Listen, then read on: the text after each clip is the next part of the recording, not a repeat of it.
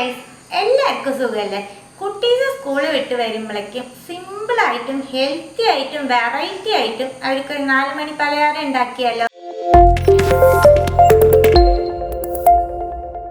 ഒരു കപ്പ് റവ എടുത്ത് മിക്സിയിൽ ഒന്ന് പൊടിച്ചെടുത്തേക്കണതാണ് കേട്ടോ. അതൊരു ബൗളിലേക്ക് ഇട്ട് കൊടുക്കുന്നുണ്ട്. ഒരു കപ്പ് നാളികേരപ്പാൽ എടുത്തിട്ടുണ്ട്. 1-ാം പാല് 2-ാം പാലൊന്നുമില്ല കേട്ടോ, അങ്ങനെ പാൽ എടുത്തേക്കണതാണ്. ഇത് റവയിൽ ഒഴിച്ച് മിക്സ് ചെയ്ത് റവ 10 മിനിറ്റ് നമുക്ക് കുതിർത്തി വയ്ക്കും. ബാക്കിയുള്ള പാലും ഒഴിക്കുന്നുണ്ട്. അടച്ചു വെച്ച് 10 മിനിറ്റ് റെസ്റ്റ് ചെയ്യാൻ മാറ്റി. റവ റെസ്റ്റ് ചെയ്യാൻ വെച്ചിട്ട് 10 മിനിറ്റായി. ഒരു നേന്ത്രപ്പഴം എടുത്ത് വേവിച്ച് വെച്ചേക്കുന്നതാണ്. നല്ലോണം ഉടച്ചോളും.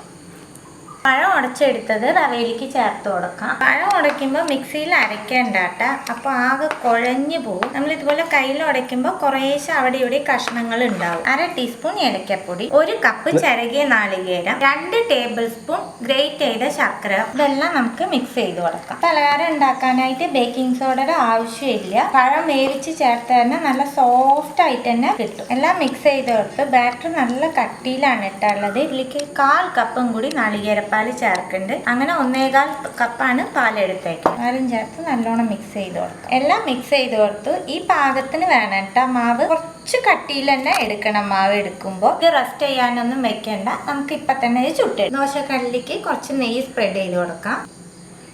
റെഡിയാക്കി വെച്ചേക്കുന്ന ബാറ്റർ ഒരു കയ്യിൽ ഒഴിച്ച് കൊടുക്കുന്നുണ്ട്.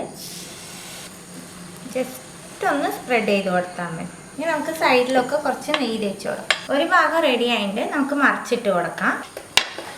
അടിഭാഗം ഇനി റെഡിയാക്കി എടുക്കാം. ഒരെണ്ണം റെഡി ആയിട്ട് നമുക്ക് പാനിൽ നിന്ന് മാറ്റാം. നല്ല ഹെൽത്തി ആയിട്ടുള്ള 4 മണി പലഹാരമാണ് കേട്ടോ. നമ്മുടെ വീട്ടിലുള്ള ഇൻഗ്രീഡിയൻസ് വെച്ച് തന്നെയാണ് നമ്മൾ റെഡിയാക്കിയിരിക്കണേ. എല്ലാവരും ട്രൈ ചെയ്ത് നോക്കണം. ട്രൈ ചെയ്ത് നിങ്ങളുടെ ഫീഡ്ബാക്കൊക്കെ അറിയിക്കുക. പുതിയൊരു റെസിപ്പി ആയിട്ട് അടുത്ത വീഡിയോയിൽ കാണാം. See you. Bye.